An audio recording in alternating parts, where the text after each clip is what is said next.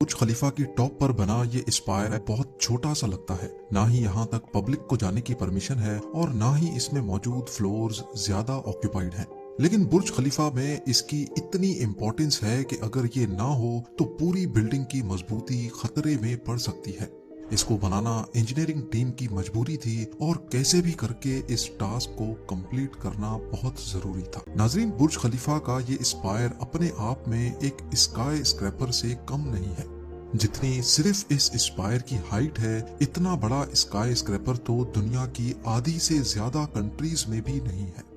4000 ton steel से बना ये 244 मीटर ऊंचा स्पायर, जिसमें मौजूद ये टॉप का एंटीना ही सिर्फ 350 टन वजनी है। अगर इस पूरे स्पायर को हटा दिया जाए तो बुर्ज खलीफा की ऊंचाई 30% कम होकर सिर्फ 585 मीटर रह जाएगी। यही वो ऊंचाई है जहां पब्लिक के लिए जाने वाला आखिरी 154th फ्लोर मौजूद है। इसके ऊपर से स्पायर शुरू होता है जो बुर्ज खलीफा की टिप पर जाकर खत्म होता है। इसमें 155 से लेकर 163rd फ्लोर तक बनाए गए हैं, पर आपको जानकर हैरत होगी कि ये फ्लोर्स रहने के काबिल बिल्कुल भी नहीं है, क्योंकि तेज हवाओं के दौरान पूरा स्पायर 6 फीट तक हिलता रहता है। जी हाँ, ये इसका कोई फॉल्ट नहीं है, बल्कि स्पायर का हिलना इसका एक एडवांस फीचर है। दुबई की लोकेशन ही कुछ ऐसी है कि एक तरफ अरेबियन गल्फ तो दूसरी तरफ गल्फ ऑफ ओमान है। तेज समंदरी हवाएं दुबई का मुकद्दर है और जिस ऊंचाई पे बुर्ज खलीफा का टॉप है, वहाँ तेज हवाओं के झोंकों की रफ्तार 240 किलोमीटर पर आवर तक आसानी से पहुँच जाती है। इन हवाओं के प्रेशर को ये स्पायर अपने अंदर एब्जॉर्ब कर लेता है। ये खुद 6 फीट तक हिलकर अपने नीचे 154 फ्लोर्स को सेफ रखता है। American structural engineer William baker ने पहली बार बुर्ज खलीफा के लिए ऐसा डिजाइन बनाया था जो हवाओं को रोकता नहीं, बल्कि लिटरली उनको कंफ्यूज करता है। तेज हवाएं जब स्ट्रक्चर से टकराती हैं तो एनर्जी जनरेट होती है। इस एनर्जी को कहीं ना कहीं से निकलना जरूर है। बुर्ज खलीफा के 154 फ्लोर्स एक मेन बटरस कोर के साथ कनेक्टेड है। अगर ये एनर्जी इस मेन कोर में जाकर निकलेगी तो कंक्रीट में क्रैक्स भी पड़ सकते हैं। इसी वजह से स्पायर को बटरस कोर के साथ कनेक्ट ही नहीं किया गया, बल्कि ये स्टील स्ट्रक्चर से बना हुआ है। जैसा कि आप जानते हैं कि स्टील एक फ्लेक्सिबल मेटल है। हवाओं से पैदा होने वाली एनर्जी स्पायर के स्टील स्ट्रक्चर में जाकर रिलीज हो जाती है, जिसकी वजह से बुर्ज खलीफा का टॉप हिलने लगता है।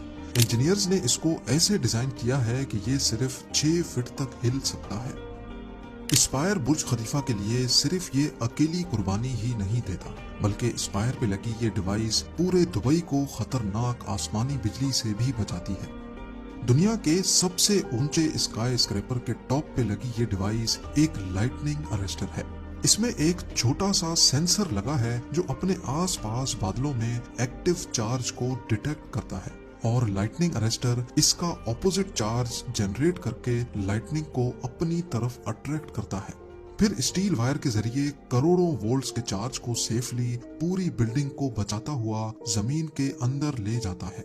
क्योंकि स्पायर पे लगा ये लाइटनिंग अरेस्टर बाकी बिल्डिंग्स के मुकाबले में सबसे ऊपर है, इसी वजह से ये ना सिर्फ बुर्ज खलीफा को बल्कि पूरे दुबई को करोड़ों वोल्ट्स के करंट से बचाता है।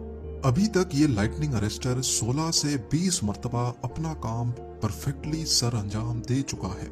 हर लाइटनिंग स्ट्राइक के बाद इसमें लगी ये छोटी सी बैटरी चेंज करने के लिए इसके टॉप पर जाना पड़ता है। जैसा कि आप जानते हैं कि दुबई रेत के तूफान और तेज हवाओं की लपेट में आता रहा है, जिनकी रफ्तार ग्राउंड पर ही 100 किलोमीटर पर आवर तक पहुंच जाती है।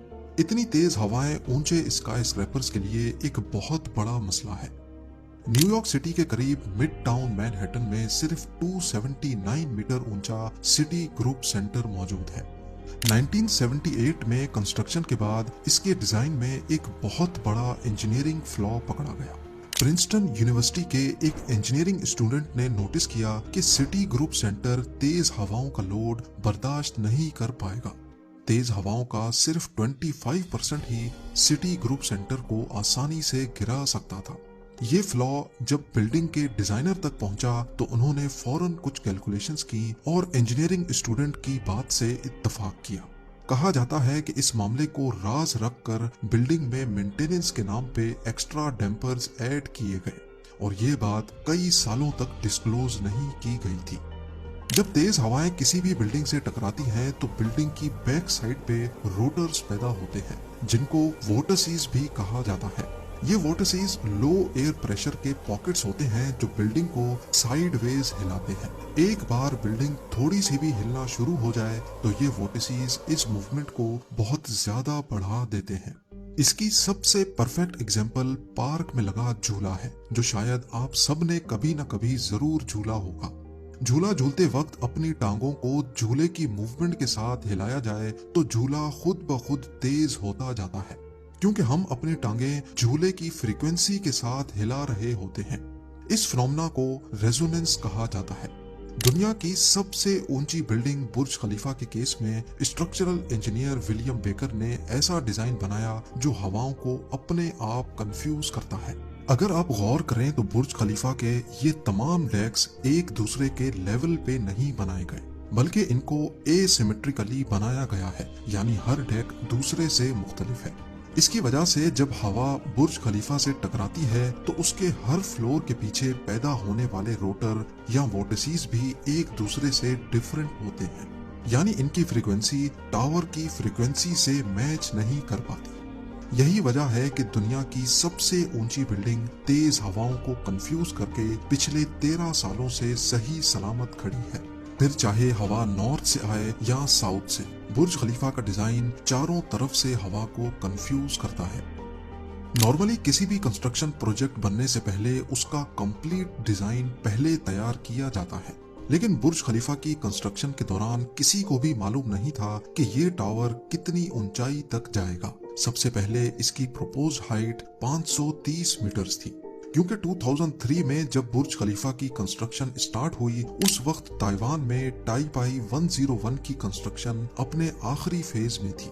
टाइपाई 101 की हाइट 508 मीटर्स रखी गई थी, इसीलिए बुर्ज खलीफा को पहले 530 मीटर्स तक बनाने का इरादा किया गया था, लेकिन बाद में ये सोचा गया कि 530 मीटर्स के वर्ल्ड रिकॉर्ड को कोई भी आसानी से तोड़ सकता है। इसीलिए बुर्ज खलीफा की कंस्ट्रक्शन के दौरान उन्होंने फैसला किया कि वो टावर की एक्चुअल हाइट कंस्ट्रक्शन कंप्लीट होने तक डिस्क्लोज नहीं करेंगे, बल्कि इमार प्रॉपर्टीज ने आखिर तक दुनिया को कंफ्यूजन में ही रखा। 2003 में बताया गया कि बुर्ज दुबई, जो कि बुर्ज खलीफा का पहला नाम था, उसकी हाइट 530 मीटर्स होगी। 2004 में बताया गया कि अब इसको 570 मीटर्स तक बनाया जाएगा। 2005 में 710 मीटर, 2006 में 800 मीटर, दोबारा 2006 में 818 मीटर की हाइट बताई गई और आखिर में जब कंस्ट्रक्शन कंप्लीट हुई तो 828 मीटर पे लाकर इसको रोका गया।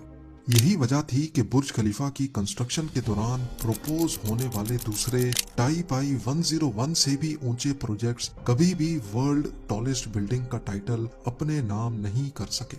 बुर्ज खलीफा की इन्हीं अनप्रेडिक्टेबल वेरिएशंस की वजह से इमार प्रॉपर्टीज, जिन्होंने इनिशियली ये प्रोजेक्ट प्रपोज किया था, उनको फाइनेंशियल प्रॉब्लम्स का सामना करना पड़ा क्योंकि उन्होंने जो बजट रखा था वो इसकी हाइट बढ़ने के साथ साथ खत्म होता जा रहा था। बात यहाँ तक पहुँच गई कि बुर्ज खलीफा की कंस्ट्रक्शन को ही रोकना पड़ा। फिर अबू धाबी के रूलर शेख खलीफा बिन जायद अल नहयान ने प्रोजेक्ट को फंड करके इसको दोबारा जिंदा किया। यही वो पॉइंट था जब बुर्ज दुबई का नाम चेंज करके बुर्ज खलीफा रखा गया। बुर्ज खलीफा के बाद वर्ल्ड टॉलेस्ट बिल्डिंग का टाइटल अपने नाम करने की रेस में कई प्रोजेक्ट्स अनाउंस हुए और कंस्ट्रक्शन भी स्टार्ट हुई, लेकिन अभी तक कोई उम्मीद नहीं कि ये टाइटल दुबई से कोई छीन पाएगा। सऊदी अरब के जद्दा टावर की कंस्ट्रक्शन पिछले कई सालों से बंद पड़ी है। कुवैत ने बुर्ज मुबारक के नाम से 1 किलोमीटर ऊंची बिल्डिंग बनाने का प्लान बनाया है, लेकिन इस प्लान के बाद इसकी कोई अपडेट नहीं आई। हत्ता के नकील प्रॉपर्टीज ने दुबई में ही एक प्रोजेक्ट नकील टावर के नाम से लॉन्च किया था, जिसकी हाइट 1000 मीटर से भी ज्यादा बताई जा रही थी। 2009 में इसकी कंस्ट्रक्शन भी स्टार्ट हुई, लेकिन अगले ही साल ये प्रोजेक्ट बंद कर दिया गया। बुर्ज खलीफा पर टोटल 1.5 बिलियन डॉलर्स का खर्चा हुआ था, जो कि करीब 12,300 करोड़ रुपए बनते हैं। आज हर रोज 8 से 10,000 टूरिस्ट बुर्ज खलीफा को विजिट करते हैं। अगर एवरेज एंट्री फीस से ही कैलकुलेशन की जाए तो सिर्फ एक साल में बुर्ज खलीफा सिर्फ एंट्री टिकट्स बेचकर $1 बिलियन से ज्यादा कमा रहा है।